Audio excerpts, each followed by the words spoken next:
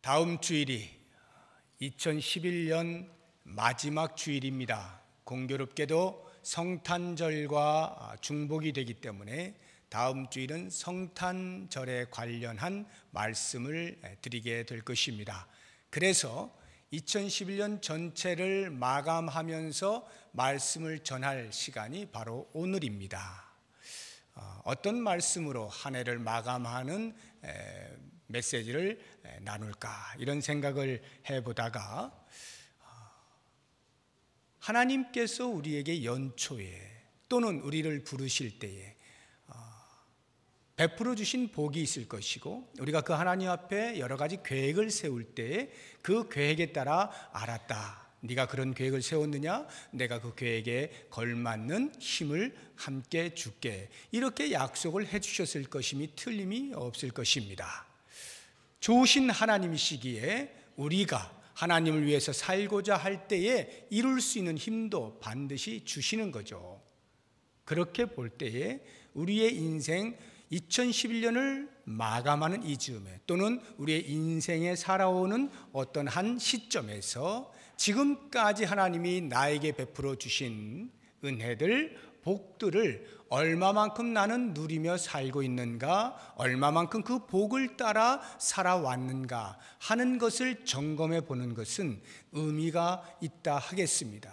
그래서 성경에도 보면 전도서 7장 8절에 일의 끝이 시작보다 낫고 라고 말씀을 하심으로써 용의 머리처럼 시작했다가 뱀의 꼬리처럼 별 볼 일 없는 삶을 사는 것보다는 하나님의 주신 복을 따라서 멋진 인생을 계속적으로 살아가는 것이 우리에게 중요하겠기에 저는 오늘 성경의 한 인물을 예로 들면서 그 인물의 삶을 살펴보는 가운데 교훈을 받고자 합니다.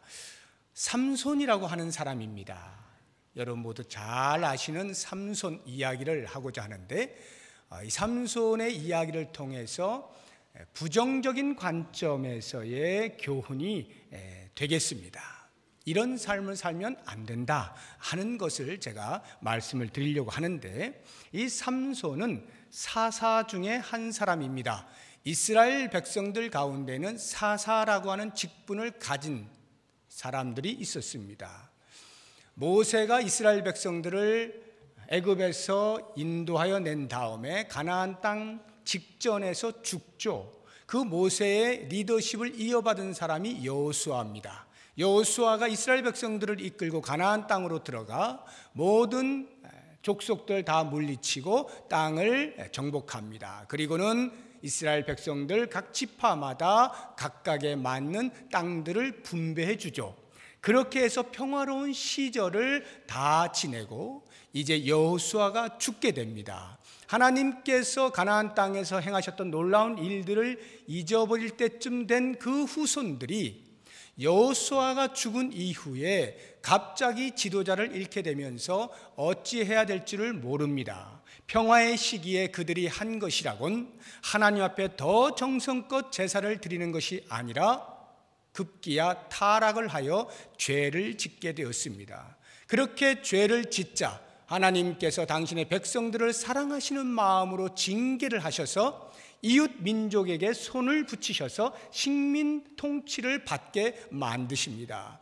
그렇게 하기를 10년, 20년 살다가 보면 힘들죠. 어렵죠. 그러니까 이스라엘 백성들이 하나님 앞에 탄원을 합니다. 하나님 제발 좀 살려주세요. 이렇게 신음소리를 내면 하나님이 그 음성을 들으시고 궁일이 여기셔서 구원을 베푸시는데 그 구원을 이루어낼 하나님의 사람을 보내시고 붙이시는 겁니다. 바로 그 구원을 이루어내는 사람을 가리켜서 사사라 하였습니다. 그래서 여호수아가 죽은 이후부터 이스라엘의 초대 왕인 사울 왕이 등극하기 전까지의 이스라엘 백성들을 이끌었던 순간순간의 지도자들을 가리켜서 사사라 하고 이 사사들은 약 300년에서 350년 정도의 통치 기간을 갖게 됩니다. 통틀어서 온니엘을 시작으로 해서 삼손에 이르기까지 12명의 사사가 있었습니다.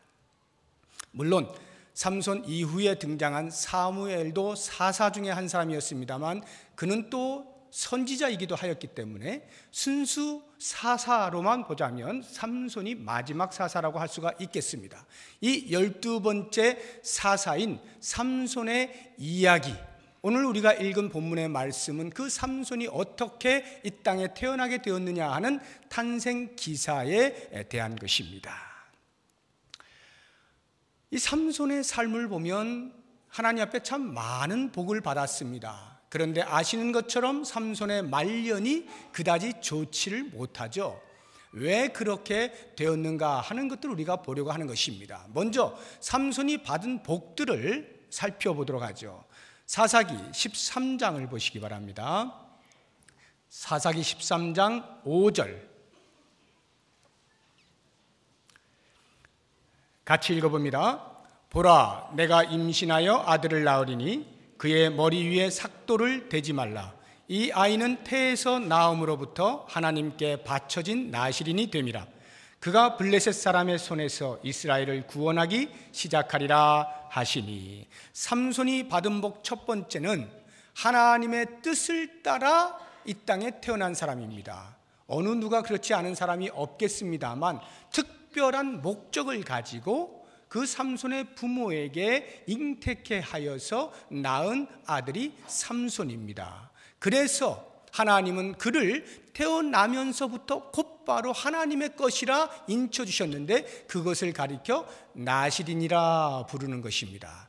하나님의 사람이다, 하나님께 드려진 사람이다, 이런 뜻이 나실인이에요. 그러니까 이 삼손은 태어나면서부터 하나님의 것으로 인정받은 나실인이었습니다. 뿐만 아니라 그렇게 나실인이 되어서 할 일이 무엇인가 하면 블레셋이라고 하는 나라의 식민 통치를 받고 있던 당시의 이스라엘 민족을 구원할 사사가 되기 위함이었습니다.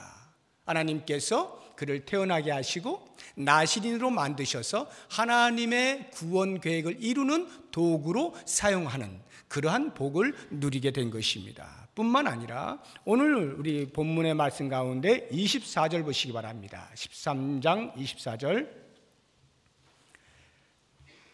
같이 읽어봅니다. 그 여인이 아들을 낳음에 그의 이름을 삼손이라 하니라. 그 아이가 자라매 여호와께서 그에게 복을 주시더니. 그 아이가 자라매 여호와께서 복을 주셨다는 말은 일정 기간 자란 후에 비로소 하나님이 복을 주셨다라고 하는 뜻이 아니고 그가 자라는 모든 과정 속에서 하나님이 계속하여 복을 부어 주셨다는 말이에요.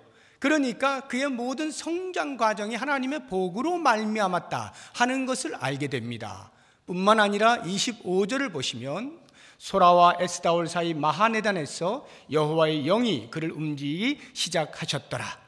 드디어 하나님의 거룩한 일을 감당할 때에 홀로 두지 아니하시고 하나님의 영이 그와 함께 하시는 놀라운 복을 누린 사람이 삼손입니다. 이렇게 일반인하고는 전혀 다른 현격한 하나님의 복을 받아 누린 이 삼손이 과연 복대로 살았느냐라고 하는 부분에 있어서는 성경은 아쉽게도 그렇지 않다라고 말씀을 하고 있는 것입니다. 그렇다면 왜 삼손이 그 받은 복이 어마어마했음에도 불구하고 복을 따라 살지 못하고 실패한 인생이 될 수밖에 없었느냐 하는 부분을 제가 몇 가지 짚어보도록 하겠습니다. 첫 번째, 그에게는 약점이 하나 있었는데 다름 아닌 여자에 대한 약점입니다. 성적 약점을 가지고 있었는데 그 약점을 극복하지 못하였기 때문에 실패한 인생이 되고 말았습니다. 사사기 14장입니다. 14장 1절을 보시기 바랍니다.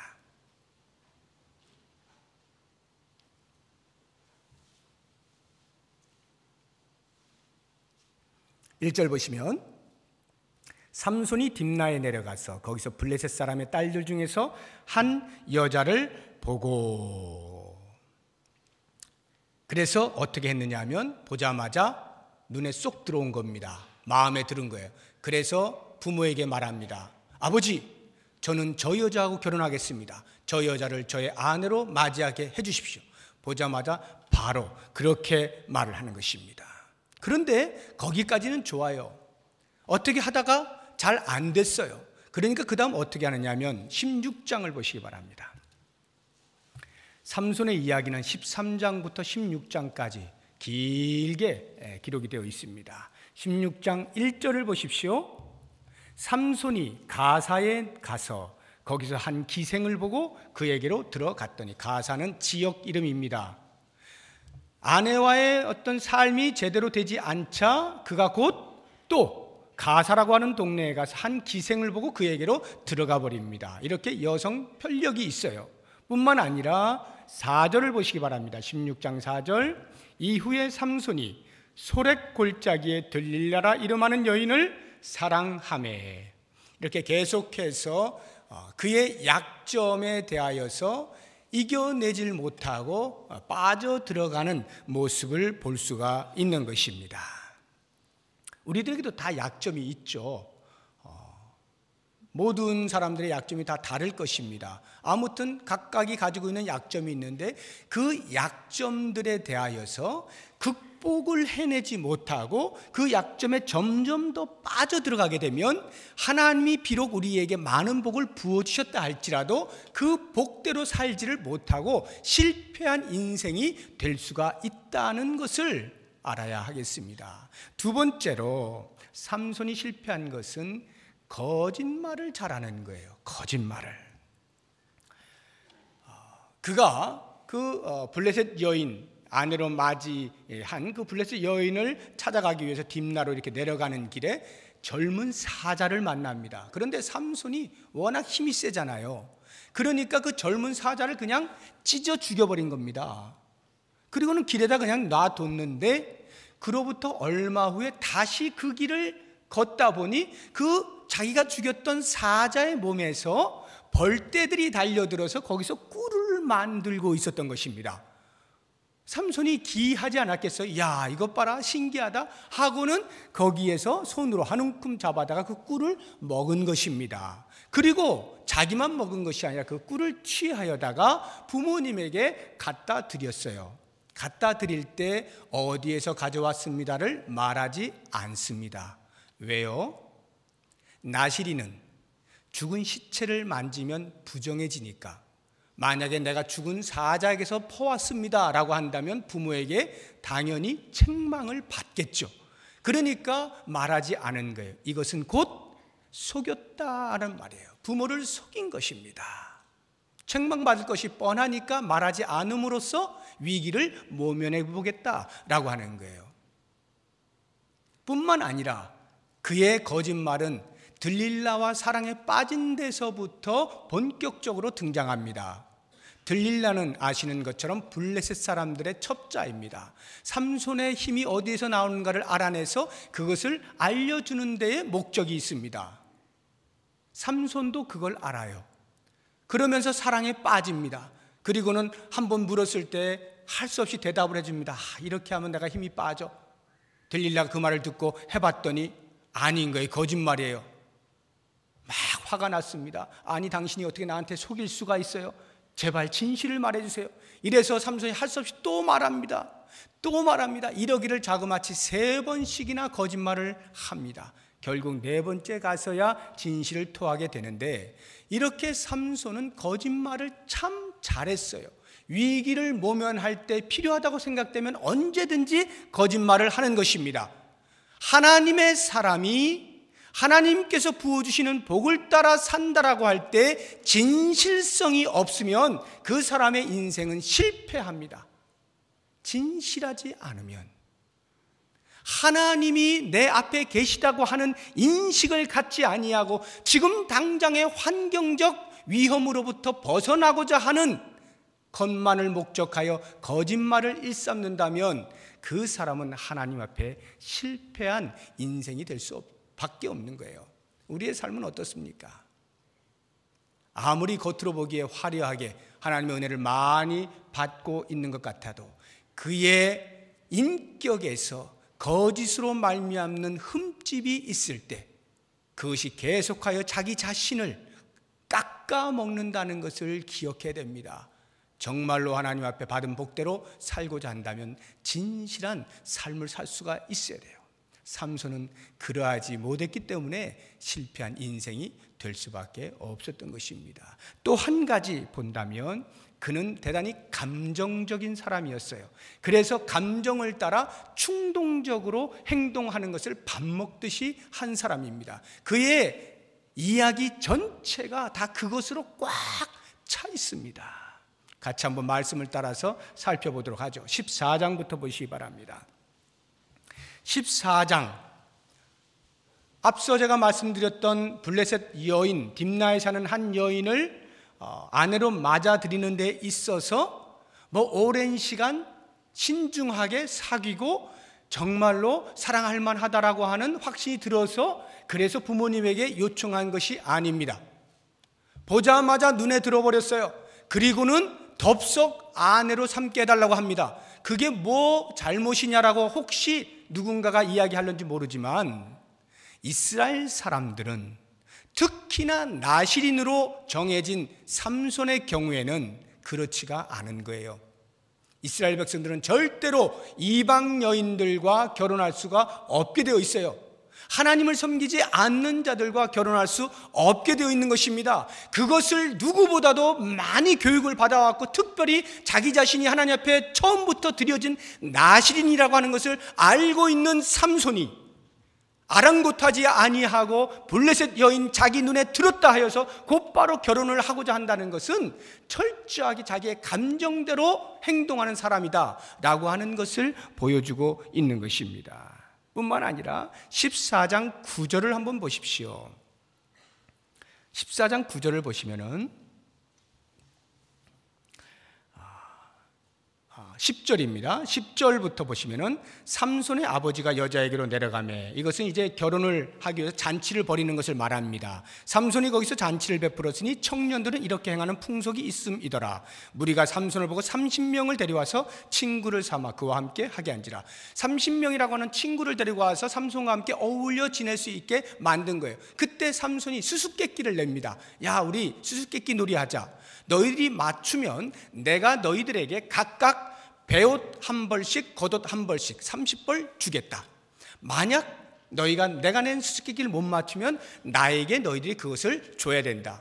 오케이, 좋아, 그렇게 하자 해서 수수께끼를 냈는데 이게 웬걸요? 너무 어려운 거예요. 못 맞추는 거예요. 하루가 지납니다. 이틀이 지납니다. 잔치는 7일인데 점점 마음이 조급해진 이 친구들이 드디어 삼손의 아내에게 쫓아가서, 야, 네가 어떻게 삼손이라고 하는 저런 애랑 우리를 어울리게 만들어가지고 이상한 수수께끼 내서 우리로 하여금 이런 재정적인 손실을 보게 하느냐 막 따지니까 이 여인이 어찌할 바를 몰라서 삼손에게 가서 왜 그렇게 하느냐고, 제발 좀 수수께끼 답 좀 알려달라고, 그래야 내가 우리 동족들로부터 비난을 받지 않겠다고 계속 애원을 하니까 드디어 7일째 되는 날 삼손이 알려줍니다.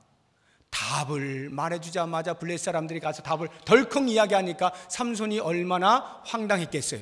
내가 가르쳐줘서 답한 거잖아 라고 하고 싶지만 어찌됐거나 아무튼 답을 한 것이기 때문에 할 수 없이 약속을 지켜야 되죠. 그래서 그가 자기 집에서 배옷 30벌과 겉옷 30벌을 가지고 가서 준 것이 아니라 화가 나니까 옆 동네에 있는 아스글론이라고 하는 곳에 가가지고 아무 잘못도 없는, 아무 상관도 없는 30명을 그냥 그 자리에서 다 죽여버리고 노략질을 해가지고 그 수수께끼의 벌칙으로서의 배옷과 겉옷 30벌을 갖다가 그들에게 안긴 것입니다. 이렇게 충동적인 사람이었어요. 그러니까 이 삼손이 얼마만큼 자기의 감정에 충실한 사람인가 하는 것을 알 수 있습니다. 뿐만 아니라 이제 그렇게 되니까 화가 나가지고 집으로 그냥 가버렸어요. 잔치고 뭐가 없어. 그냥 삼손이 집에 가버리니까 아내가 뻘쭘해졌습니다. 그 장인께서, 야, 이거 삼손이 집에 가버렸는 모양이다. 우리 아내 이렇게 썩히면 안 되지 하고는 그냥 다른 사람에게 또 시집을 보내버린 겁니다.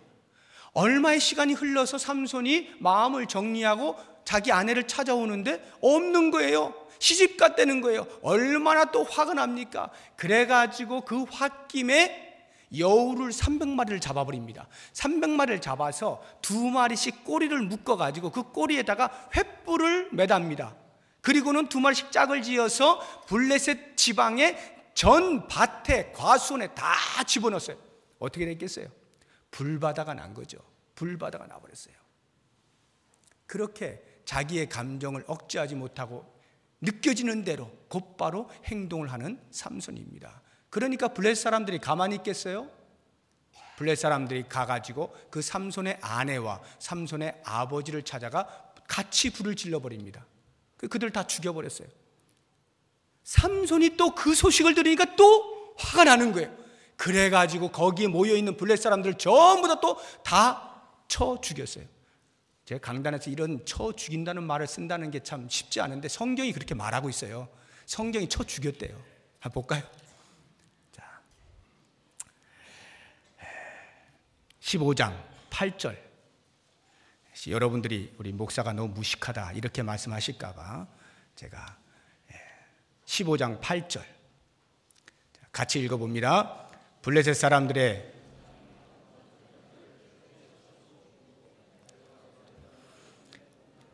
여러분도 말씀하신 겁니다. 쳐서 죽이고, 이걸 줄이면 쳐 죽이고 이렇게 되는 거예요. 쳐 죽였다 이 말이에요. 자, 이렇게 쳐 죽이게 되니까 어떻게 되겠어요? 야, 이거 큰일 났다. 이러나 또 잡히겠네 하고는 도망을 가버립니다. 뺑소니를 쳤어요. 모르긴 몰라도 블레셋에 모여있던 그 사람들이 다 죽었으니까 그 옆 동네 또는 블레셋 정부가 볼 때, 아니 이거 지금 식민 통치를 받고 있는 나라의 한 사람이 감히 우리 민족에게 도전을 해? 화가 나지 않았겠어요? 그러니까 군대를 이끌고 쫙, 군대라는 말은 없어요. 그냥 블레셋 사람들이 유대인들을 찾아갔습니다. 삼손 내놔! 이렇게 된 거예요. 그러니까 유대인들이 자기들은 가만히 있는데 삼손 혼자 설쳐가지고 자기들을 힘들게 생긴 거예요. 그래서 삼손을 찾아갑니다. 야, 삼손아, 네가 왜 그렇게 해가지고 우리들을 힘들게 만들어? 너 빨리 이리 와. 좀 잡혀가야 되겠다. 삼손이, 그래요? 나를 잡을 겁니까? 그래, 너 좀 가서 좀 내가 너를 죽이지는 않고 그냥 넘겨만 줄게. 알았습니다. 그럼 저를 잡아가세요. 해서 또 포박을 해가지고 블레셋인들에게 넘겨줍니다. 기회가 왔죠. 삼손이 힘이 장사잖아요. 이런 그 포박된 이런 밧줄 같은 거는 그냥 불탄 삼처럼 후두둑 끊어버리는 거예요. 그리고는 옆에 있는 낙이 새 턱뼈 하나가 딱 있는 걸 보고 그걸 붙잡고 자기를 붙잡으러 온 블레셋 사람 그 자리에 있던 1000명을 한 자리에서 그냥 쳐 죽이는 거예요. 또 15장 15절 같이 읽어봅니다. 삼손이 나귀의 새 턱뼈를 보고 손을 내밀어 집어들고 그것으로 1000명을 죽였어요. 어떻게 죽였을까요? 툭툭 건드려 죽였을까요? 쳐 죽였겠죠? 이렇게 쳐서 다 죽인 거예요. 삼손이 무서운 사람이에요. 그냥 자기의 감정대로 행동을 하는 것입니다. 이게 무슨 말입니까? 그가 왜 힘이 장사죠? 이스라엘 백성들이 블레셋 사람들에게 식민 통치를 받고 있으니까, 그래서 백성들이 신음을 하고 있으니까 하나님께서 삼손을 통하여 그 백성을 구원하시기 위해 그런 힘을 주신 거잖아요. 그렇다고 한다면 자기가 받은 그 은사가 공동체를 위하여 사용되어져야 할 것임을 알고 절제하고 그 일을 위하여서만 사용을 해야 할 것인데, 아무리 눈 씻고 봐도 제일 마지막에 눈알 뽑히고 노예가 되어가지고 맷돌 갈면서 그 블레셋 사람들 모여있는 그 건물에 기둥 붙잡고 같이 죽은 것을 제외하고는 그가 힘을 쓴 것은 전부 자기 자신을 위하여 쓰고 있는 거예요. 하나님께서 주신 은사는 공동체의 유익을 위하여 사용하는 것입니다. 그런데 삼손은 그런 은사를 받았음에도 불구하고 전부 자기의 감정을 만족시키는 일에만 사용을 하고 있었던 것이죠. 이것이 바로 받은 복이 많았음에도 불구하고 결국은 실패할 수밖에 없는 인생을 살게 된 원인이 되는 것입니다. 이것을 통틀어서 총칭적으로 한 글자로 표현을 해보라 하면 죄입니다. 죄. 삼손은 죄로 인하여 하나님으로부터 받은 복에서 멀리 떨어진 삶을 살게 된 것입니다. 이 삼손의 죄를 분석을 하면서 존 맥스웰이라고 하는 목사님께서 세 가지 이야기를 했는데 참 의미가 심장하고 그럴듯합니다. 제가 소개를 할 거예요. 죄가 뭐냐? 삼손의 이야기에서 나타나고 있는 죄, 첫 번째 죄라고 하는 것은 내가 가려고 했던 곳보다 훨씬 더 먼 곳까지 데리고 간다 하는 것입니다. 삼손이 처음부터 이 모든 죄들을 다 머릿속에 그리고 난 이런 죄를 지어야지 하고 죄를 하나씩 지어나간 게 아닙니다. 그가 딥나에 내려가서 블레셋 여인을 탁 보고 이방 여인임에도 불구하고 아내로 삼고 싶은 마음이 생겼던 그 조그마한 죄, 적어도 삼손이 생각할 땐 이건 뭐 별거 아니지, 뭐 이 정도는 하나님이 눈 감아 주실 거야 했던 그 죄가 죽은 사자에서부터 꿀을 취하는 부정을 저지르지를 않나 결국에는 가서 거짓말을 넘어서 사람을 죽이는 일에 적극적으로 가담하는 살인자가 되는 데까지 가게 되는 것입니다. 삼손이 어디 자기의 인생이 그렇게 될 것이라고 예상을 했겠어요? 처음 요만큼 정도 가도 되겠지라고 하는 그것이 죄는 우리를 그 자리에 두게 하지 아니하고 더 먼 곳까지 끌고 가는 거예요. 두 번째로 죄는 내가 요만큼만 머물러 있어야지 라고 생각하는 시간보다 훨씬 오랜 시간을 머물게 만듭니다. 나 이 정도에서 돌아올 거야. 요만큼만 내가 죄 짓고 이제 그 다음부터는 내가 깨끗한 삶을 살아야지 라고 생각을 했으나 그 시간보다 훨씬 오랜 시간을 머물게 만드는 것이 죄의 특성이에요. 들릴라와 사랑에 빠졌을 때를 보십시오. 우리가 그 스토리를 읽으면 참 삼손처럼 미련한 자도 없어요.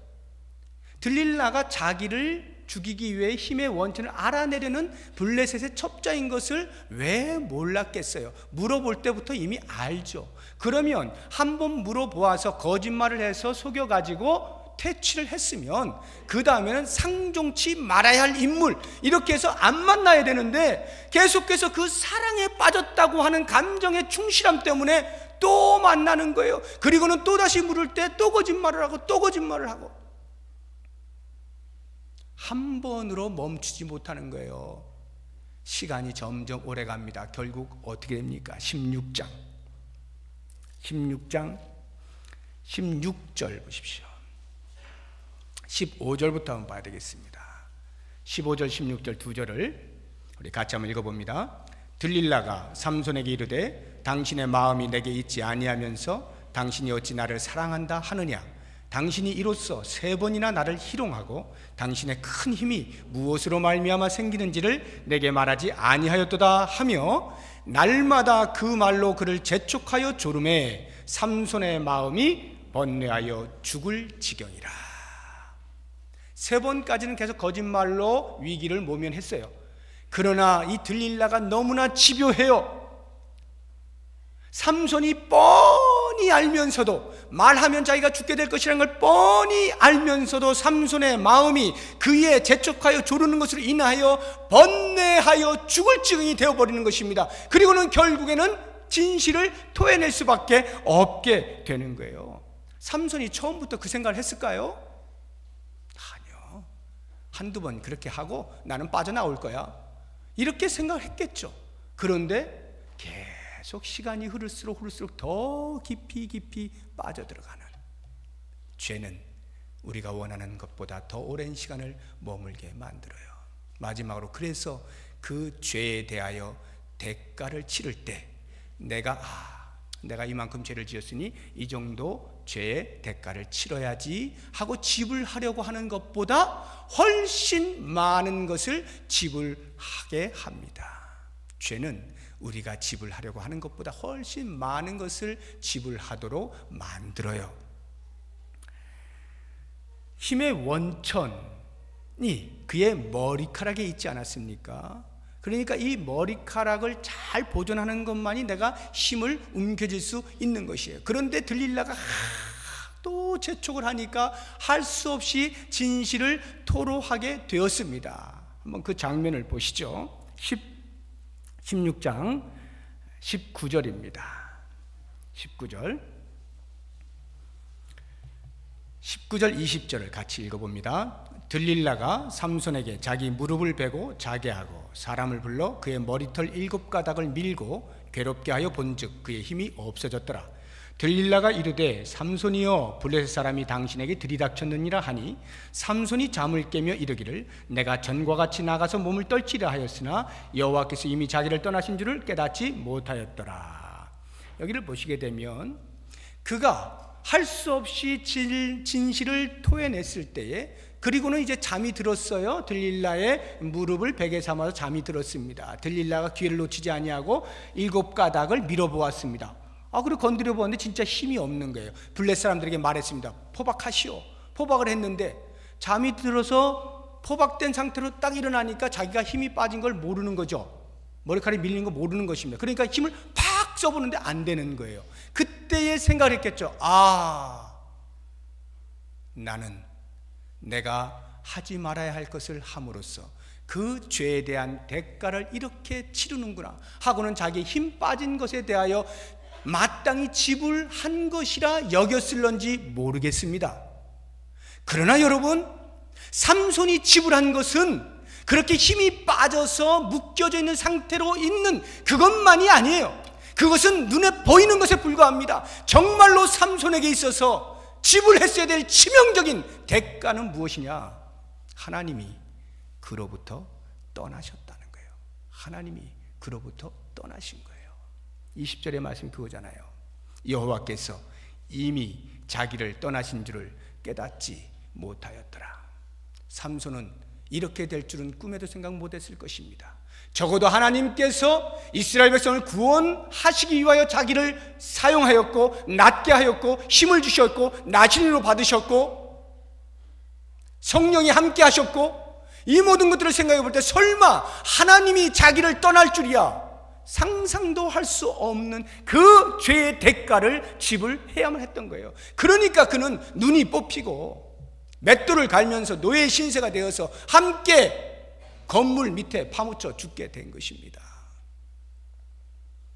혹자들은 그 마지막 때라도 삼손은 하나님 앞에 회개하고 자기에게 맡겨진 사명을 잘 감당했다라고 말하시는 분들도 계십니다만, 제가 볼 때는 물론 그 순간 그만큼의 일은 했는지 모르겠습니다. 그러나 그에게 주어진 사명이란 블레셋에서로부터 구원입니다. 그런데 삼손이 그렇게 기둥 뿌리 붙잡고 같이 죽었다고 해서 블레셋으로부터 해방된 게 아니에요.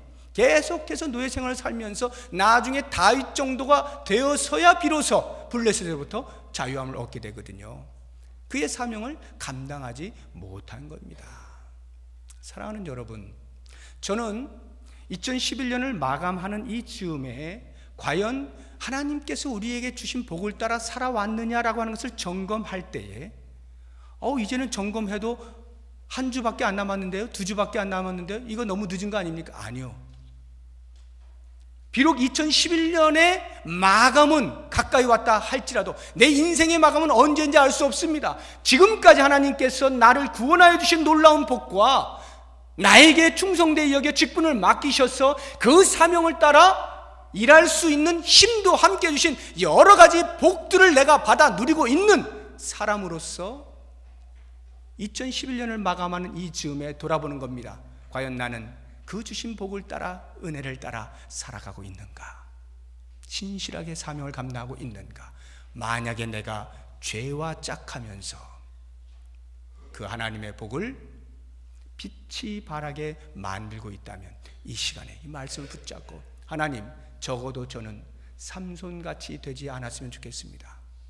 제가 빨리 눈을 떴으면 좋겠습니다. 죄라는 것을 알게 될 때 그 자리에서 빨리 돌이켜 나올 수 있기를 원합니다. 하나님께서 기회를 주실 때 놓치지 아니하고 다시 하나님께로 적극적으로 달려 나갈 수 있게 해주십시오. 이러한 결단을 하시면서 2011년을 잘 마감하시고 새로운 2012년을 맞이하시는 복된 성도 여러분 되시기를 주의 이름으로 축복합니다. 기도하겠습니다.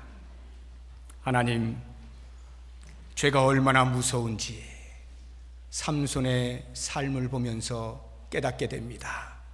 내가 생각했던 것보다 훨씬 무서운 이 죄의 사슬에서 더 이상 머물러 있지 않게 하시고 성령 하나님의 외치시는 음성을 듣고 주 앞으로 계속적으로 달려나와 우리에게 맡기신 거룩한 사명을 주신 힘을 가지고 잘 감당할 수 있는 복을 허락하여 주옵소서. 하나님 우리에게 베푸신 복을 따라 살아가는 인생 되게 하여 주시옵소서. 예수 그리스도의 이름으로 기도드립니다. 아멘.